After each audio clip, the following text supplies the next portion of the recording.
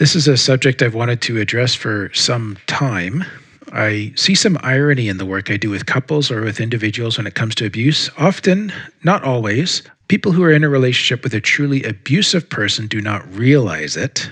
And on the other hand, couples who are in a high conflict sort of situation, but not abusive, they often label the other person as abusive, when they're not really an abusive person, although they may relate to or use abusive tactics from time to time. So the abuse word gets abused itself sometimes, and other times when it should be used, it's not. So I hope we can provide some clarity today just by going through some of these emotionally abusive behaviors. The Marriage Podcast for Smart People is designed to help busy couples like yourselves move away from conflict and unhappiness to build a marriage you'll love today and treasure for a lifetime. This podcast is made possible by listeners like you.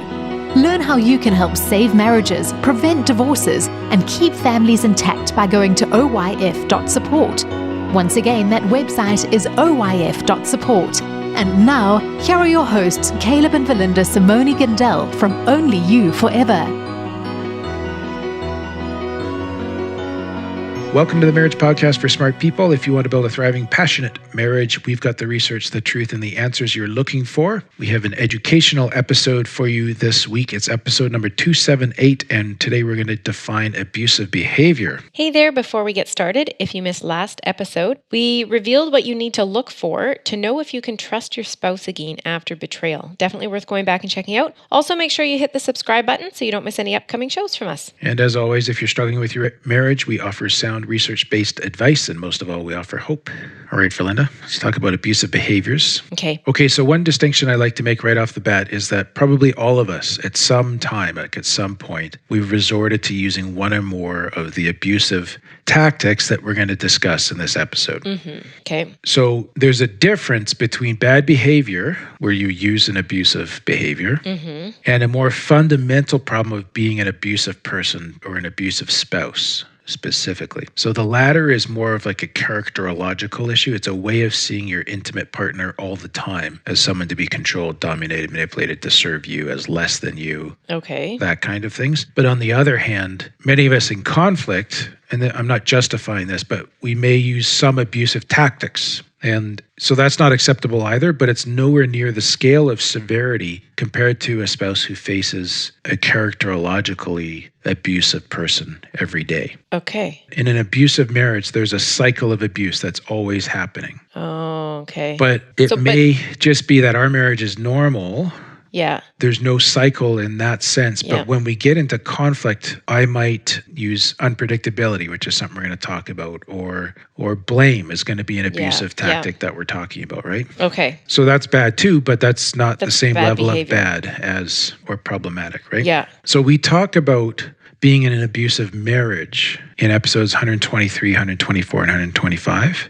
So you can get to those on our website at oyf.link/123. If you're listening today, that's the first one, 123. But generally, abusive behavior can be verbal, emotional, and or physical. And in this episode, we're focusing on emotionally abusive behaviors, which can include things like verbal assault, dominance, control, isolation, ridicule, or the use of intimate knowledge for degradation. It's the kind of abuse that targets the emotional and psychological well-being of the victim in order to gain power over, and it's often a precursor to physical abuse. Not always. That's quite a list. Yeah, so some types of physical behavior also can be considered emotional abuse in that they involve acts of physical violence, even though the victim's never physically impacted. That's a little tricky. So throwing objects. Oh, like breaking things. Past you, breaking things, kicking a wall, shaking a fist or a finger at the victim, driving recklessly while the other person is in the car. Shaking a finger at someone is considered abusive? Well, if you're right up in your face and it's threatening and aggressive and it's intended to cower the other person into submission, absolutely, yeah. Okay. This is not wagging your finger at the kid for not feeding the dog. Okay. Yeah, we're talking about something more severe. Okay. Or threatening to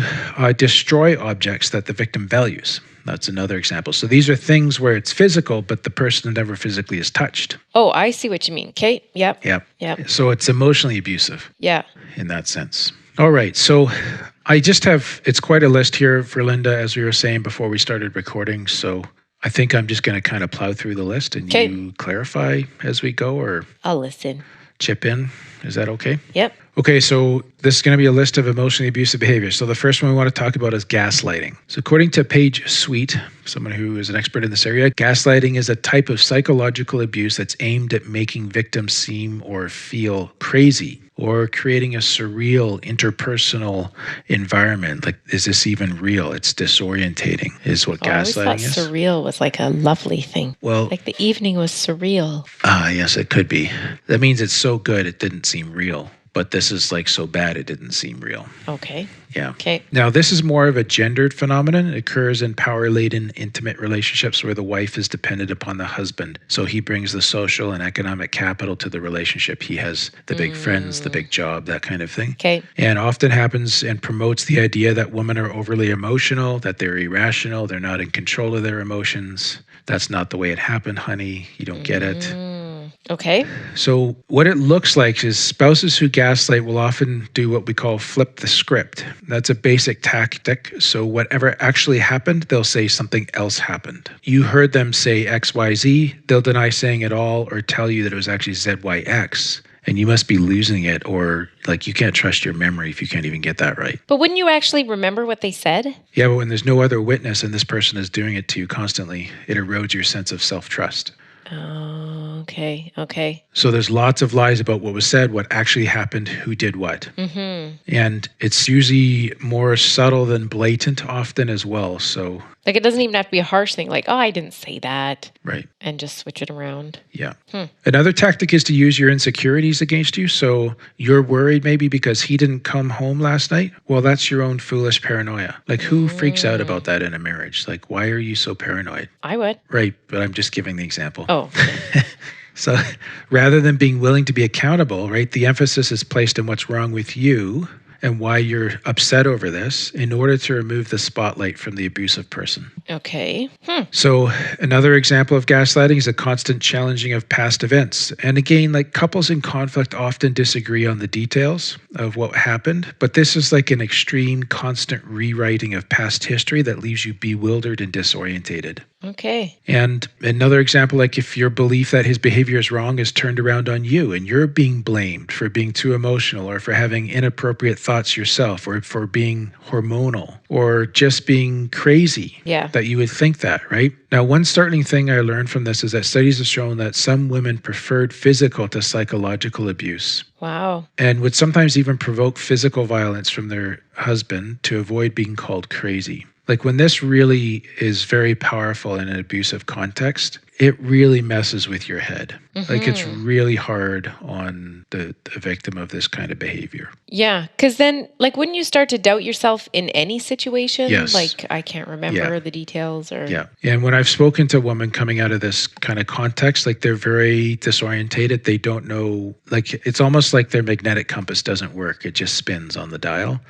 They don't know where true north is anymore. Okay. Or what the facts are, or what's real, or is it just me? Or like they're so bewildered because this has been so steady. Okay. So that's gaslighting. Okay. Now, another abusive behavior is unpredictability. And abusive people may seem to make situations chaotic for no other reason than to keep the other person in check or on edge or sort of hanging on them to control what's happening. But then wouldn't you live in chaos all the time? Like even the abuser? Well, no, because they're prompting it. So it's- they feel like everything's stable for them and they're just causing the chaos around them. Okay. Okay. they're in control. Okay. So they may show put on a drastic mood swing, such as going from being very affectionate to full of rage and breaking things. Or there may be emotional outbursts that they create. And it kind of keeps you dancing on edge and sort of taking care of them, that kind of thing. Okay. Starting arguments for seemingly no reason. Self-contradiction, like making a statement that contradicts the one that they just said. That can again be very disorientating. And then there's something wrong with you for not following. They can act two-faced, such as being charming in public, but completely changing the minute they get home. So like they're two different people. Okay. And again, like this is an emotional tactic to keep a person on edge, the other partner on edge and ungrounded so that the power and control remains with the person who's acting this way. Okay. So unpredictability is something to watch for. So you start to see, Verlena, like as you get into this stuff, like things that are this severe are not what most people are doing when they're in conflict. Like when normal people get Right. their ugly on, it's not like this. Like this is another level of, Right. Yeah. And then, as you said, like this is like an all the time cycle. Yes, this it's isn't just consistent. like you're having a fight about the Right. dog and you Yeah. yell or have a meltdown or something. Yeah. Huh. Okay. So what else?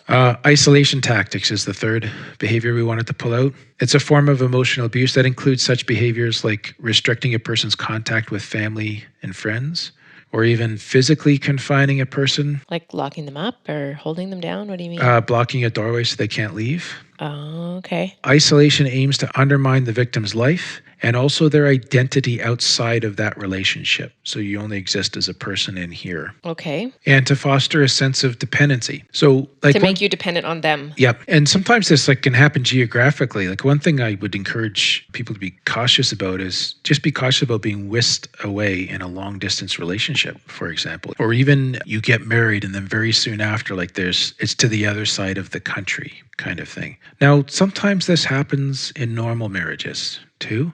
Yeah. But I just noted that there's times where like you're compelled to abandon basically your education. You should be a stay-at-home mom only, or your career that you're very well established in. And we're going to leave all of your family and friends, and I'm going to take you to a place where you're all by yourself and alone. And it's really kind of pinned as this great thing, right? And this is tricky. But it might be. Well, for some people it is, and they both want to do it. But just, Yeah. If that's happening and there's others of these signs going on, that's when you really want to be cautious. Okay. So I'm not okay. saying that every time a couple moves, it's because the husband's abusive. Yeah. But this is a way to isolate a person, right? So that they can be controlled and they don't have that support network around them. And I've seen this happen. Okay. Yeah. Huh. To very professional, intelligent women. Huh. Yeah. Okay. Criticism and blaming is another isolation tactic. So like if you How turn is a person against their support network, so I just poison you towards all the people that would support you. So you want to watch if your spouse villainizes your family and friends extensively and broadly so that you end up feeling very alone. That's an isolation tactic. That's an abusive behavior. Okay. Sometimes we have an unhealthy relationship with a difficult family member. Yeah. And that's okay, but we're looking for something that's happening Like a broadly pattern. that leaves you isolated, not just we're talking about, you need to kind of wake up with what's going on with this one parent or sibling or whatever. Okay. Does that make sense? Yeah, I think so. I remember when I was a kid, there was a family that we were associated with, and their daughter was whisked away. I'm pretty sure she married the guy, but like pretty much never spoke to her parents again. She wasn't allowed to have them know where she was or anything.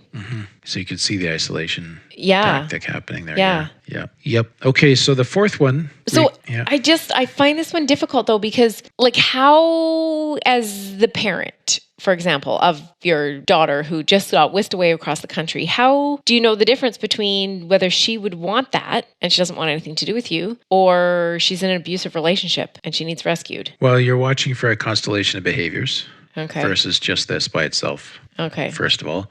And then the second thing is like the whole parental response to an abusive situation that's kind of another topic, but Yeah. you don't want to take over control from the controller. You want to empower Right. Yes. your daughter or sometimes your son Yeah. to make wise decisions that are in support of their own personhood, if I Okay. can put it that way. Yeah. So there's a lot we could talk about there, but Right. Okay. It's a big topic. yeah.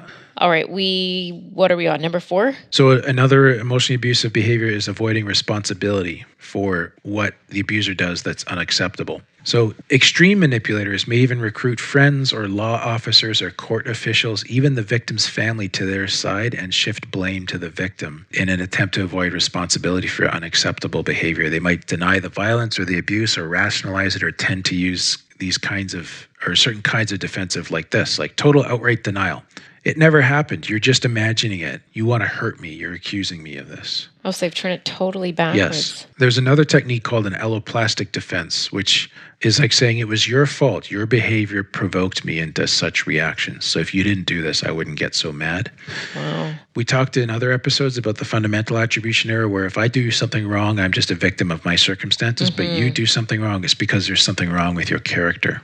So that taken to an extreme is this alloplastic defense, which is a tactic for avoiding taking responsibility for your own unacceptable behavior. behavior. Okay. Yeah. Another one, which is really tricky, is, I did this for you in your best interests. I'm taking you away from all your family and friends so that you're going to be a better person. So I can help you. Yeah. Or a transformative defense, which is like, what I did to you, that's a common and accepted behavior. No. Like in this part of Canada or America, like everybody slaps their wife when they don't do it. Like it's normal here. So don't, like, why are you freaking out? What's your problem? Okay. Right? Do you know what? Going through these, I'm feeling like I'm being smothered. Yeah, you can feel the oppression that comes out of... Yeah, and you'd be so like, how? Oh, it never actually happened. Yeah. Like I'm imagining this. Yeah. Like it would be so turn you upside down. Yep. Okay. I actually recently came across not a client case, but heard of a case where he was having an affair and the affair partner reached out to the wife and his defense was the total outright denial. No, it wasn't. Hang on a sec. I think it was like the total outright denial, where it was basically saying, why would someone do this to our family, where they'd want to attack our marriage in this way out of the blue? So he allied with the wife and got her to think that they were victims of this person that he didn't know either. Meanwhile, he's having an affair with the woman. So that's an attempt to, like, there's gaslighting in there. There's all sorts of stuff layered into that kind of response, right? Okay. Now, again, so this is a hard topic. You're feeling that, right? Yeah, I am feeling it. Keep in mind, too, that in this context where there's avoidance of responsibility, perpetrators, they're often very concerned with their outside reputation and their image in the community amongst neighbors, colleagues, coworkers, bosses, friends, extended family. So they will kind of use certain particular forms of denial to protect themselves or to defend or minimize or avoid responsibility for their unacceptable behavior. So another one is to use family honor stricture, which is like saying we don't air dirty laundry publicly. So our family's honor must be preserved, our reputation. Like, what will the neighbors say if you tell them that this happened, that we had this fight? Okay. And so that's a family honor approach. And then there's the family function thing. If you snitch and inform the authorities, they're going to take me away. And then, like, what are you going to do? This whole family's going to come unglued. I'm your only source of income. Wow. Okay. So that's a way of avoiding responsibility by using outside or referring to outside influences, right? Yeah. So once again, we have a bonus guide for this episode. This one's actually an assessment. We know that part of the crazy-making behavior of abuse, it leaves a person uncertain if they're really experiencing the abuse or not. So perhaps you've been blamed for the behavior that's happening, for the abuse that's been happening. Well, assessments are a good way of having an objective measure of what you're experiencing, just like a neutral voice. So today's guide is an assessment of intimate partner abuse. And if you think you may be in this situation, I would encourage you to download this. Normally the guides that we have for our podcast are only for paying patrons, but this assessment is available for free on our Patreon page to anyone who'd like to download it there. But we'll just take a quick 60-second break here to tell you more about our Patreon program. What happens when the fairy tale marriage meets reality? Too often, high expectations lead to disappointment, communication breaks down, and the struggles of day-to-day life become overwhelming, leaving you feeling lost and without hope. Unfortunately, marriage does not come with an instruction manual. Marriage troubles are deeply personal and can take a toll on you, your spouse, and your family. Counseling can be expensive, and divorce is very costly. It doesn't have to be this way. Caleb and Valinda understand your pain and frustration. Their mission is to help save as many marriages as possible, and to date, thousands of couples are helped through their weekly podcast. But the most important marriage they want to help save is yours. With a minimum of a $10 investment a month, you gain access to exclusive bonus content and valuable information to help you succeed in your own marriage. Learn more about saving marriages and how you can help at oyf.support. That's oyf.support. You're listening to the Marriage Podcast for Smart People. Before the break, we were talking about avoiding responsibility as another emotionally abusive tactic. Another one is deliberate accidents for Linda. So a spouse can abuse their power over you in some fashion by like forgetting to mail your power bills so that your power is turned off. It's a deliberate accident. Yeah, but I might forget that. Well, but you're not doing it to establish power and control. Oh, okay. Catching something on the stove Or not catching something on the stove from burning. Like they see that you're distracted, they let it burn, so then you can be made to feel inferior for burning supper. That's just mean. It is. There is cruelty in abuse for sure. Okay. Another one is, so that was allowing deliberate accidents. Control is a good one. So I'm just going to list off a bunch of signs of control. Making demands or orders and expecting them to be fulfilled. Making all decisions, even canceling your plans without asking. Monitoring your whereabouts. Insisting on regular calls, texts, or pictures detailing where you are. Even sometimes showing up to those places to make sure you're not lying. Requiring immediate responses from calls or texts, like you have to be available to me immediately all the time. Okay. Exerting financial control over you, keeping accounts in their own name or only giving you an allowance, like limiting your access to funds. Spying by going through your phone, checking your internet history, looking through your communication with others. Now, these same behaviors, a lot of these occur when there has been a betrayal. I was just going to say that. We talked about these so much last time. Yes, yeah. But that's a need to reestablish safety after a break in trust. It can lead to some of the same behaviors. So you want to take this again with the whole list of everything that we're talking about today. Yeah. Demanding passwords for your phone, social media accounts, that kind of thing. So it's really taking away privacy, independence, right? Belittling you by treating you as if you're a child, telling you what to eat, telling you what to wear, telling you where you can go. Yelling, used as a scare tactic to let you know that they're in control, like they're intimidating you into a submissive position. Using your fears to control you. Abusive people will often manipulate a person's fears to control them. Withholding affection. So punishing you for bad behavior by withholding affection or making you feel that you're undeserving of love. Giving excessive gifts can be a control tactic with the implication that they might disappear at any time or as a reminder that they would lose if you left the relationship. Oh, okay. So that's another control tactic as well. Blame, shifting now from control. So playing the victim. This is an interesting one. So the abusive person may try to turn the tables on the other person by blaming them for the issues that the abusive person has not dealt with. So it's accusing the actual victim of being the abusive one in the relationship. How would they manage that? Pushing you until you're angry enough to have an outburst at me and then saying like you're verbally and emotionally abusive towards me. And therefore you need to modify your behavior. Now I'm back in control, right? Because I've pushed you out of control. Wow. And I've blamed you for doing that. So this along with this is just that idea of egging the person on. So an abusive person often knows how to get the other one very angry. They might irritate them until they become upset. And then they blame you for getting upset, just like we've talked about. Yeah. Okay. And so I've worked with cases where the husband provoked the wife to screaming and raging, and then he calmly points out her irrational and crazy behavior as proof that she's the problem in the marriage. This goes along with the gaslighting thing that we started with. So in session, can you stay calm at that point? Like, obviously I'm not the therapist here because I would be losing it. Well, often as a therapist in this situation, I'm only working with the wife. Oh, I see. Because he doesn't need help. She does. That's why she's in session. Oh. Yeah. Okay. That's how she's come there. Like that's not my concept for the session, but I'm just saying that's how she's arrived. And that's how he's thinking of it too. Yeah. Okay. Yep. Now, another emotionally abusive tactic is shame. So this is an interesting one. This can come through lectures. So an abusive person may give lectures about the other person's behavior in a way that just makes it clear that the other person is inferior. So lecturing. Yeah. Outbursts. This involves aspects of control as well, and I think we've alluded to this already. So not doing what an abusive person wants, it may result in an outburst of angry behavior from them. So that's a way to control you, to make you feel shame for not listening, for not paying attention, for not attending to them properly. See that position of submission that forces. Lies. They may blatantly lie, telling you false opinions from their friends about your bad behavior. You know, even your mom can see that you're not a good housewife and has made comments to me about that. Wow. Right? Okay. Especially done in a way that you can't verify. Right.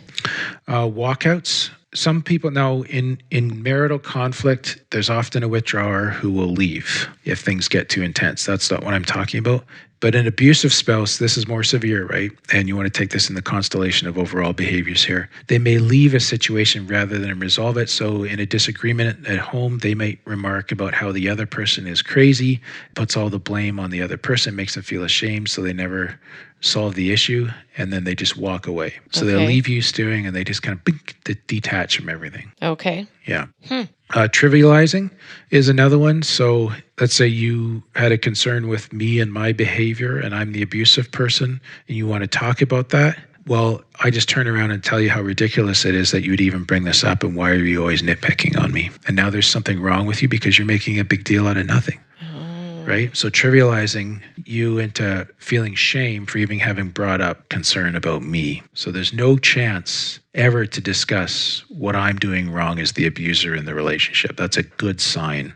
Like if you can't get anything to stick to your spouse, again, along with these other sorts of behaviors or some of them, that's a sign of like real genuine emotional abuse. Okay. Even though we're almost always defensive as couples, like in healthy marriages, even this is like never taking responsibility. Okay. And But sorry, before you jump in there, baby. Yeah. It's not just never taking responsibility, but it's getting you in trouble for even bringing it up. Okay. Because I think even like in a healthy relationship, like, yeah, we can be defensive right at the time when something's brought up, but you generally can think it through and realize, okay, yeah, there is truth to that. I need to change something here too. And Yeah. So it's not necessarily the defensiveness, it's the dumping it back on you that the problem is you that even brought it up and it's your fault. Okay. right. Okay. So that's using shame. And finally, humiliation. So this can take a number of forms. Blatant name calling. So abusive partners may blatantly call the other stupid, an idiot, other harmful names. If they're confronted, they might pass it off as just being sarcasm or emphasize the times that you called them a name back. I was like, just throw it back continually. Yeah, joking or sarcasm. So sometimes sarcasm can be a tool for comedic release if you both enjoy the joke, right? But often abusive people will disguise their derogatory remarks as sarcasm, and then if you feel offended, they make fun of you for not having a sense of humor. So you're not allowed to have your offense either Okay. of the fact that I just offended you. Okay. Harmful nicknames. Nicknames or pet names are normal in relationships, but a name that hurts is not acceptable if it harms you. Okay. Public displays. Some may openly pick fights in public, only to blame you if you become angry. They could pick on the other person or openly make fun of them in a social setting, like as a way of diminuting. Is that a word? Taking you down notches, putting you down in front of others Okay. as a way of exerting power and control. Patronizing you is like talking down to you so that it's sort of clear or tries to be made clear that you're not on the same level as the abuser. You're dumber, you're less educated, you're less influential, you're not as thoughtful, you're not as smart, Okay. kind of stuff. So this isn't like, I mean, again, in a healthy relationship, you should be able to talk about things that the other person doesn't know, and Absolutely. but that I guess there should be coming and going There's on that. give and take. Give and take. Yeah. It's mutual, right? Yeah. Yeah. So this isn't like, obviously you're stupid and I'm having to teach you Yeah. this because I know so much more. Yeah, and this can go along with like the lecturing thing that we talked about before. Like I'm explaining really simple things that you should know because obviously you don't get it. So Okay. then you really start to feel like, well, maybe I don't get it. Or there's no point even telling you Yeah. because Yeah. you won't get it. Yeah. Okay. That's withholding information then, right? Yeah. Which is another power tactic. Insulting your appearance is another way of humiliating a person and eroding their self-esteem or self-worth. Comments about your weight or your body shape or postpartum changes in your body. Wow. Yep. Cheating. Infidelity is a tactic to hurt or humiliate or to imply that they're highly desirable and you're not. Therefore, you're stuck with them and you're lucky to have them and you should be trying harder to please them. Oh my dear. Yes. Just very, very brutal experience that can happen there.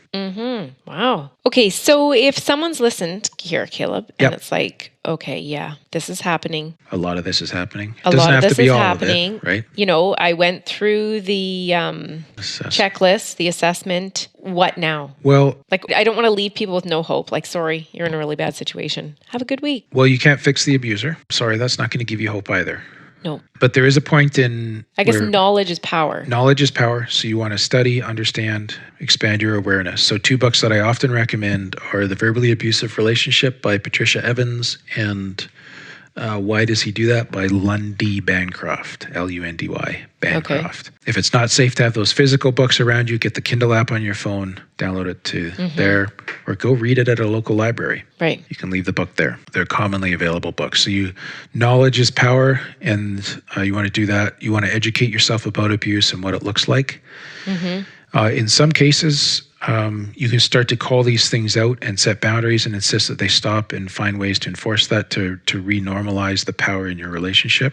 But if doing that puts you in more danger or makes it worse, then your right to safety, emotionally and physically, is a greater moral importance than staying in the marriage. Mm-hmm. Okay. Like a human's right to life, to respect, to dignity is of higher value than upholding a marriage. And we're pretty strong on upholding marriages, but there's certain cases where the right to respect and all these things, health, being treated well, takes priority over that. And so you might consider an exit plan in that case. And again, so go to oif.link/123 and start there. And then the next episode and the one after that talks about knowing when you need to leave and how to leave and making a safety plan and that kind of things. Yeah. Okay, so there's help there. So sometimes hope comes through leaving because you can't change this person.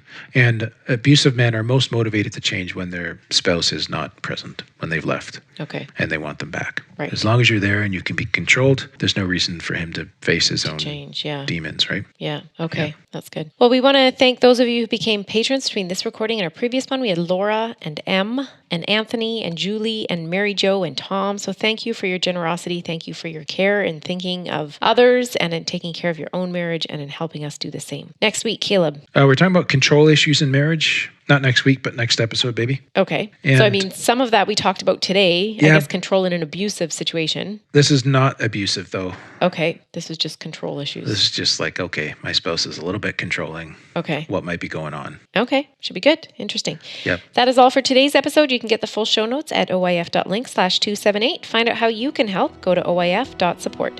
Thanks, and we'll see you next time. The Marriage Podcast for Smart People is totally funded by listeners who support Caleb and Valinda in their mission to save marriages. If you would like to be part of this worthy cause, open your web browser to oyf.support. A minimum investment of $10 per month will help restore hope to married couples. Plus, as a patron, you'll gain access to exclusive bonus content and valuable information to help you succeed in your own marriage. Go to the website oyf.support now for more information. Thanks for listening to the Marriage Podcast for Smart People from Only You Forever.